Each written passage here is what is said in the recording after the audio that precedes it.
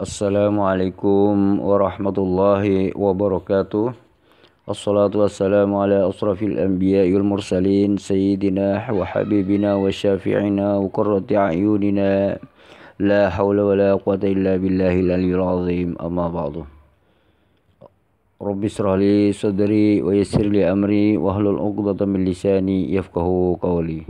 Para sahabat sekalian, kali ini berbeda banget, yaitu dialog santai atau berbincang-bincang santai dengan seorang pendeta yang bernama Lamsen Naibahu. Dukung channel ini karena channel ini adalah salah satu bentuk atau salah satu cara mencegah pemurtadan yang ada di Indonesia ini gitu. Mudah-mudahan bagi Anda yang mendukung channel ini diberikan hidayah oleh Allah Subhanahu wa taala, dan juga diberikan kesuksesan segala usahanya, dan juga diberi kelancaran, kemudahan segala urusannya, dan juga Anda mudah-mudahan dijadikan orang yang sukses dunia dan akhirat. Amin amin Allahumma amin. Yuk kita saksikan dialog santai ini bersama Hasan Madura.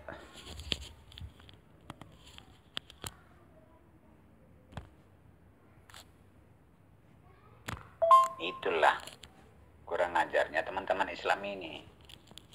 Tidak ada di Alkitab mengatakan masuk neraka. Kematian itu yang digantikan akibatnya dosa itu.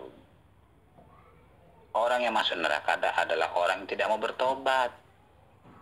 Sudah dikasih peringatan, tidak mau bertobat. Itu yang masuk neraka.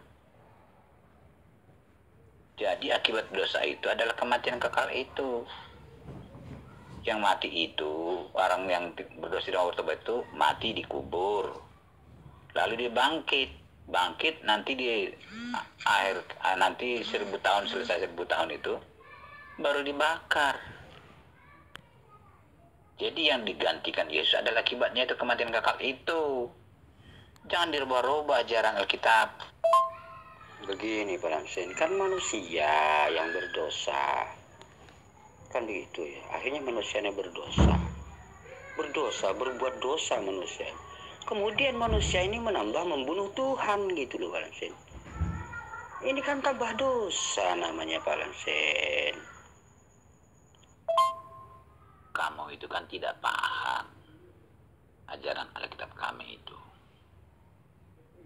Memang Tuhan menggunakan iblis dan setan dan manusia-manusia jahat itu untuk mengkabulkan rencana keselamatan yang direncanakan oleh Tuhan.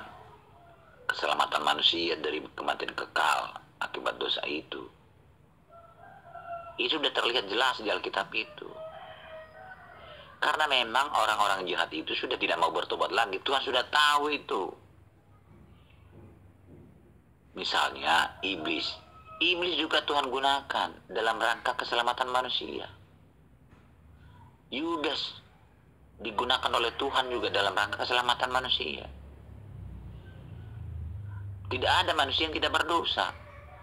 Manusia yang berdosa itu yang Tuhan gunakan untuk alat-alat melaksanakan keselamatan yang Tuhan rencanakan itu. Itu harus kamu tahu, Hasan Madura, ya. Jadi menurut Alkitab tidak ada keselamatan itu yang mampu didapat oleh manusia oleh karena usahanya sendiri, tidak ada. Tuhanlah yang menyelamatkan manusia. Beda dengan Al-Qur'anmu itu, manusia menyelamatkan manusia dari kematian kekal. Ya tidak mungkin lah. Jadi tentangan ajaran Al-Quran dengan Alkitab itu bertentangan, ya Hasan Madura, ya. Makanya saya tidak mau ikut Al-Quran itu karena Allah SWT mentakdirkan manusia harus mati susah. Lalu supaya selamat dari kematian itu harus menyembah-nyembah Allah. Itu yang saya tidak suka itu. Harus menyembah Allah supaya selamat. Menyembah pun kalau kita dalam keadaan tidak benar juga menyembahnya, nggak sesuai dengan ritual yang ditentukan oleh Allah SWT, tidak masuk surga juga, masuk neraka. Allah menciptakan neraka untuk diisi dengan jin dan neraka. Itulah sebabnya saya tidak mau masuk Islam, dia mengikuti Allah SWT yang serakah itu. Oh, artinya begini, iblis ini digunakan oleh Tuhan agar manusia selamat gitu. Artinya iblis ini sangat berjasa di sini, Pak Lamsen. Sangat berjasa di sini. Karena iblis ini sudah menyelamatkan Pak Lamsen gitu loh. Pak Lamsen, begini aja ya. Tuhan menyiapkan korban. Kemudian iblis yang melaksanakan korban itu. Seharusnya iblis ini pahlawan bagi Pak Lamsen gitu. Ibarat gini aja, Pak Lamsen ini menyiapkan korban. Kemudian teman Pak Lamsen yang melaksanakan gitu. Apakah Pak Lamsen akan mengatakan teman Anda itu Pak pengkhianat? Tidak. Jadi artinya iblis ini adalah pahlawan bagi orang Kristen gitu. Ya benar, sudah berjasa. Iblis pun bisa bertobat, bisa selamat kalau dia bertobat. Tuhan sudah memberi waktu begitu lama supaya iblis kembali kepada Tuhan. Tapi Tuhan sudah mengetahui itu, iblis tidak akan mau bertobat lagi. Maka Tuhan menggunakan dia juga dalam rangka keselamatan manusia. Dialah yang membujuk Yudas, hatinya, membujuk hati Yudas supaya Yudas mengkhianati Tuhan itu. Tetap juga Tuhan yang menggunakan iblis itu, sehingga Yesus tersalib atas bujukan Yudas. Betul, Yudas berjasa di situ, tapi Yudas tidak bertobat, mati dia di situ karena tidak bertobat. Kalau dia bertobat, pasti selamat. Nah, begini ya. Tuhan menyiapkan korban. Kemudian iblis itu mengeksekusi yang disediakan oleh Tuhan. Artinya melaksanakan iblis. Sehingga Yudas ini dibisikkan agar juga melaksanakan apa yang telah Tuhan sediakan gitu. Nah, di sini sebenarnya Yudas, iblis ini berjasa semua gitu. Kenapa bisa-bisa orang yang melaksanakan korban ini, dikatakan pengkhianat gitu. Ini kan salah alamat Kristen ini gitu loh, Pak. Begini ya, Tuhan menyiapkan korban, kemudian iblis kerjasama dengan Yudas melaksanakan apa yang telah Tuhan sediakan gitu. Artinya kehendak Tuhan ini dilaksanakan oleh Yudas dan iblis gitu. Kenapa dikatakan pengkhianat gitu? Ibarat gini, Anda ini menyediakan korban, terus kemudian ada orang yang menyembelih korban ini. Kenapa yang menyembelih dikatakan pengkhianat sama Anda? Gitu? Berarti permasalahannya ini Anda yang bermasalah gitu. Bukan iblis dan Yudas, kamu itu berubah ajaran Alkitab. Aduh, jangan mengajarkan dulu, lebih baik bertanya aja lah. Atau diam sajalah kamu kalau gitu. Kamu mengajarkan yang bukan-bukan. Yang berkorban Allah sendiri, Tuhan sendiri berkorban, bukan iblis. Iblis itu sebagai alat, diperalat Tuhan.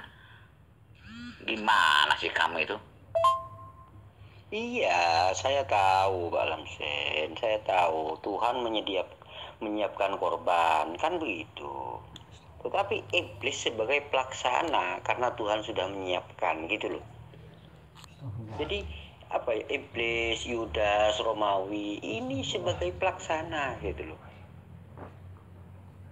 Kan gitu. Ibarat gini aja Pak Lamsen, kamu ini menyiapkan korban, kamu yang menyiapkan korban gitu loh. Kemudian ada orang sebagai pelaksana menyembelih korban Anda gitu loh. Apakah orang yang menyembelih korban Anda dikatakan pengkhianat sama Anda gitu loh? Berarti Anda tidak tahu terima kasih, kan gitu Pak Lamsen. Kamu itu selalu merubah ajaran Alkitab. Iblis bukan pelaksana, diperalat. Selalu mau berubah ajaran Alkitab. Tidak ada pelaksana di situ iblis. Diperalat Tuhan. Iblis membisikkan kejahatan kepada hatinya si Yudas. Mana ada melaksanakan pengorbanan, dia tidak ada. Loh, iya begini loh Pak Lamsen. Tuhan menyiapkan korban. Kan gitu. Kemudian korban itu iblis yang melaksanakan sehingga korban itu dieksekusi oleh iblis. Gitu loh Pak Lamsen. Itu namanya misalkan gini, Pak Lamsen ini menyiapkan korban. Kemudian ada orang itu menyembelih korban itu, gitu loh. Tetap Tuhan Bapak yang menyiapkan korban ini, Bapak yang berkorban. Tetapi yang menyembelih ini iblis, gitu loh Pak Lamsen. Artinya di sini kan berjasa iblis kepada Pak Lamsen. Karena Tuhan yang menggunakan iblis agar supaya menyembelih korban itu, gitu. Artinya iblis ini juga mengikuti kehendak Tuhan, gitu. Kan gitu ceritanya. Sudah begini aja lah, jangan otak-otik dulu Alkitab kami itu. Saya mau masuk Islam, kalau bisa Al-Quran menjawab ini. Jawab pakai Al-Quran, jangan asumsimu. Terlalu banyak asumsimu saya lihat. Kenapa manusia itu ingin pindah ke surga? Apa sebabnya manusia berada di dunia ini dalam kesusahan lalu mati? Jawab ini satu-satu ya. Bagaimana proses keselamatan manusia itu dari kematian itu? Itu saja jawab menurut Al-Quran. Ajarkan itu kepada saya. Jangan ajaran kitab kami kamu kutak-kutik atau kutik kamu pakai asumsi segala. Itu kamu tidak imani. Itu kan bukan imanmu. Iman kami kamu kutak-kutik. Tidak baik seperti itu. Tidak etis namanya itu. Merusak ajaran Alkitab kami. Ya, itu kamu harus tahu. Sebenarnya mudah, di dalam Islam itu mudah, gitu. Di dalam Al-Quran itu simpel aja. Wa ma khalaqtal jinna wal insa illa liya'budun. Artinya segala sesuatu diciptakan manusia dan jin, gitu. Itu tidak lain agar supaya ibadah kepada Allah Subhanahu wa taala. Nah, ya kalau ibadah kepada Allah Subhanahu wa taala, ini tujuannya ibadah adalah di dunia ini berarti ujian, gitu loh Pak. Dunia ini ujian, gitu. Nah, setelah ujian maka Allah menyiapkan surga dan neraka, gitu. Barang siapa yang tidak ibadah kepada Allah maka dia neraka, gitu. Dan barang siapa yang menyembah Allah maka dia surga. Itu sudah ada ketetapannya semua sebelum alam semesta ini diciptakan. Wa ma khalaqtal jinna illa liya'budun, gitu loh. Itu sudah jelas di dalam Al-Quran, gitu loh. Jadi Anda ini sebenarnya dunia ini adalah diuji. Bagaimana cara Anda berpikir, bagaimana cara Anda menyembah Allah, gitu loh. Jadi selalu iblis ini selalu menggoda manusia, gitu. Jadi seolah-olah suatu kesalahan, suatu kesesatan itu dianggap benar oleh iblis, gitu. Karena apa? Karena tujuannya iblis itu memang mencelakakan manusia, gitu loh Pak Lamsen. Mencelakakan manusia, gitu Pak Lamsen. Saya tidak menginginkan Anda masuk Islam, tetapi agar Anda tahu, setelah Anda tahu mendapat hidayah dari Allah Subhanahu wa taala, agar Anda selamat, gitu aja. Anda mau Islam karena terpaksa atau Anda pancet di dalam agama Anda, ini tidak ada pengaruh bagi saya Pak Lamsen. Tidak ada pengaruh. Yang jelas saya sudah menyampaikan apa yang Allah sampaikan, gitu. Saya ini hanya menyampaikan kepada orang lain. Orang lain itu mau Islam, mau kafir, pancet kafir, itu tidak ada masalah bagi saya Pak Lamsen. Tidak ada masalah. Saya gak tertarik Anda mau masuk Islam atau tidak. Saya hanya menyampaikan, gitu. Saya tidak punya keinginan Anda mau Islam atau tidak. Itu terserah Anda Pak Lamsen, gitu. Yang jelas saya sudah menyampaikan apa yang Allah ajarkan melalui Nabi Muhammad SAW, gitu. Jadi supaya Anda ini bisa berpikir, gitu loh Pak Lamsen. Bisa berpikir. Jadi Allah memberikan sebuah pemikiran kepada Anda, sebuah akal kepada Anda, agar supaya digunakan, gitu. Agar supaya bisa merenung Anda ini, gitu. Agar supaya Anda bisa selamat. Itu aja, gak ada lain, gitu loh.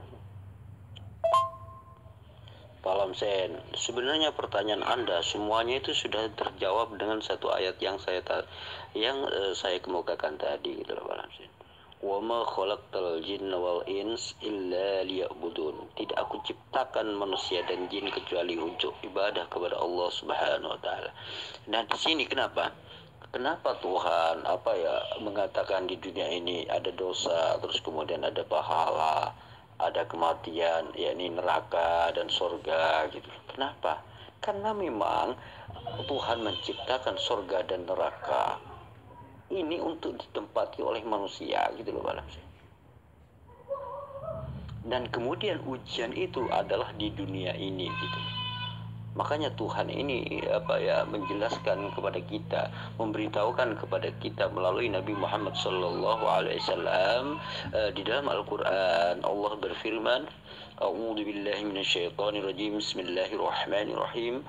Wa ma khalaqtal jinna wal insa illa liya'budun. Tidak aku ciptakan jin dan manusia kecuali untuk ibadah kepada Allah Subhanahu wa taala gitu. Ini membuktikan bahwa manusia ini diciptakan untuk ibadah kepada Allah. Nah, setelah di dunia ini, kita berada di dunia ini, apakah kita itu ibadah kepada Allah atau tidak? Nah, itu semua adalah ujian gitu loh. Anda itu mau ibadah, Anda ini tidak, itu semua ujian gitu loh. Nah, jika Anda tidak mau ibadah kepada Allah, artinya Anda itu memilih neraka. Artinya Anda ini sudah terpengaruh oleh iblis gitu loh. Dan Anda ini memilih neraka berarti. Tetapi Anda tidak sadar kalau Anda ini sedang dipermainkan oleh iblis gitu loh. Tidak sadar, sehingga apa yang Anda lakukan ini dikira benar sama Anda sendiri. Inilah tipu daya iblis gitu loh. Segala sesuatu yang sesat itu dikira benar oleh Anda. Oleh Anda itu sih dikira benar. Itulah tipu daya iblis gitu. Nah, makanya dari sini saya memberitahukan semuanya ini kepada Anda agar supaya Anda ini tafakur, agar Anda supaya ini berpikir, merenung gitu loh. Merenung, tidak ada lain, agar supaya Anda ini merenung, agar supaya Anda menemukan sebuah hidayah, dan agar Anda ini diselamatkan oleh Allah Subhanahu wa taala kalau Anda ibadah kepada Allah Subhanahu wa taala sesuai dengan ajaran yang Allah berikan gitu loh, Pak. Jangan gini Bang Husin, jangan mengira Anda ini akan selamat ketika Anda percaya Tuhan dibunuh. Ini tipu daya iblis Pak Husin, tipu daya iblis. Begini Pak Husin, Adam aja melanggar, manusia, Adam ini kan manusia, melanggar itu sudah dikategorikan berdosa gitu loh. Nah, ini manusia membunuh Tuhan gitu loh Pak Husin. Bukan menebus dosa ini Pak Lamsen, tetapi konsep di dalam penebusan dosa ini adalah sebenarnya dia itu hanya menambah dosa baru, bukan menebus dosa, tapi menambah dosa baru gitu. Karena ada manusia ini melanggar perintah Tuhan disebut sebagai pendosa. Terus kemudian di zaman Yesus manusia ini membunuh Tuhan gitu loh. Nah, ini berarti menambah dosa baru. Adam melanggar aja sudah dicap sebagai pendosa, apalagi membunuh Tuhan manusia ini gitu. Ya, manusianya tambah amburadul Pak Lamsen, tambah berdosa banget gitu loh. Tambah berdosa gitu loh Pak Lamsen. Jangan mengira Anda ketika Anda percaya pembunuhan terhadap Tuhan, ini Anda selamat. Jangan mengira seperti itu. Ini tipu daya iblis ini Pak Lamsen gitu. Nah, inilah maksudnya ketika di dunia ini diuji oleh Allah Subhanahu wa taala, maka kemudian gunakan akal pikiran Anda yang Allah berikan gitu. Gunakan gitu. Lawan iblis itu dengan menyebut a'udzu billahi minasyaitonir rajim, bismillahirrahmanirrahim gitu loh Pak Lamsen. Tafakkur, merenung gitu loh Pak Lamsen. Jangan asal percaya begitu aja Pak Lamsen, jangan. Oh, Anda ini percaya membunuh Tuhan pasti masuk surga, percaya pada pembunuhan itu pasti masuk surga. Aduh, ini iblis ini Pak Lamsen sudah merasuki Anda gitu. Sehingga apa kesesatan yang Anda ikuti ini dikira benar sama Anda gitu loh. Inilah tipu daya iblis gitu loh Pak Lamsen. Hati-hati Pak Lamsen gitu loh. Saya tidak menginginkan Pak Lamsen masuk Islam, cuman saya menyampaikan apa yang saya ketahui dari Nabi Muhammad SAW. Sedangkan Nabi Muhammad SAW mengetahui dari Allah Subhanahu Wa Taala gitu loh Pak Lamsen. Dan ini saya sampaikan kepada Pak Lamsen agar Pak Lamsen selamat, itu aja. Kalau Pak Lamsen mau selamat, ikuti. Tetapi kalau Pak Lamsen tidak mau selamat, ya terserah Pak Lamsen gitu loh. Saya tidak mempunyai kepentingan untuk itu. Jadi saya ini cuman menyampaikan aja kepada Pak Lamsen. Hati-hati Pak Lamsen. Neraka dan surga, jangan sampai Anda terjerumus kepada neraka gitu loh Pak Lamsen. Nah, begitulah dialog bincang santai dengan Pendeta Lomsen Naibaho. Namun saya tambahkan sedikit, di sini Pak Lomsen sebenarnya mulai hatinya itu mulai agak sedikit lunak gitu loh. Agak tidak seperti apa sebelum-sebelumnya gitu loh, yang bersikukuh banget tentang ajarannya. Nah, mungkin di sini Pak Lomsen ini mulai menyadari bahwa ajarannya itu memang salah. Tetapi dia itu egonya itulah yang membuat dia itu masih di dalam menjadi seorang pendeta. Coba Anda bayangkan, Pak Lamsen, kalau seorang pendeta ini kan bulanan dijamin dan seterusnya gitu. Coba kalau seandainya Pak Lamsen ini menjadi mualaf, menjadi muslim, maka dia akan meninggalkan semuanya termasuk gaji-gajinya dan seterusnya. Mungkin inilah yang berat bagi Pak Lamsen, sehingga dia itu masih di dalam masih di dalam keyakinannya yang lama gitu loh. Nah, sebenarnya begini ya, saya tambahkan sedikit. Di dalam konsep penebusan dosa ini sebenarnya sangat menurut saya ini sangat menghina Tuhan gitu. Begini ya, Adam itu kan manusia. Adam ini melanggar aja sudah disebut dengan seorang berdosa gitu. Nah, sedangkan di era Yesus bahkan manusia membunuh Tuhan dianggap menebus dosa. Ini kan sedangkan manusia Adam melanggar dosa. Di sini manusia membunuh Tuhan dianggap menebus. Nah, ini sebenarnya sangat menyimpang ini, sangat menyimpang gitu. Dan gini, tuh Bapa menyiapkan korban. Terus yang menyembelih ini iblis gitu loh. Yang menyembelih korban ini iblis. Karena iblis diperalat oleh Tuhan agar supaya korban ini disembelih, kan begitu intinya. Nah, ini kenapa iblis ini dikatakan pengkhianat gitu loh. Padahal iblis sudah menyembelih apa yang Bapak siapkan gitu loh. Kok dikatakan pengkhianat? Berarti yang mengatakan pengkhianat inilah yang kurang beres gitu loh. Siapa yang mengutakan pengkhianat kepada iblis? Ya, dia yang kurang beres. Karena apa? Karena kalau konsep di dalam kekristenan ini adalah Bapa menyiapkan korban, terus iblis menyembelih gitu loh. Artinya memuluskan korban, melancarkan korban yang Bapak sediakan ini. Artinya di dalam konsep penebusan dosa di dalam ajaran Kristen, iblis adalah pahlawan yang paling berjasa di dalam kekristenan gitu loh. Itu sebenarnya gitu loh. Karena iblis yang menyembelih korban gitu loh. Iblis ini yang menyembelih korban kerjasama dengan manusia gitu loh. Nah, manusia ini akhirnya menyembelih Tuhan gitu loh. Nah, kalau manusia menyembelih Tuhan masa dianggap penebus dosa? Kalau manusia menyembelih Tuhan itu sangat berdosa. Artinya menambah dosa baru yang lebih parah daripada Adam. Kenapa? Manusia melanggar disebut dosa. Manusia menyembelih Tuhan, masa mau dikatakan menebus dosa? Ini kan lucu sekali di dalam konsep penebusan dosa. Inilah yang bisa sampaikan. Mudah-mudahan ini bermanfaat bagi teman-teman sekalian. Wassalamualaikum warahmatullahi wabarakatuh.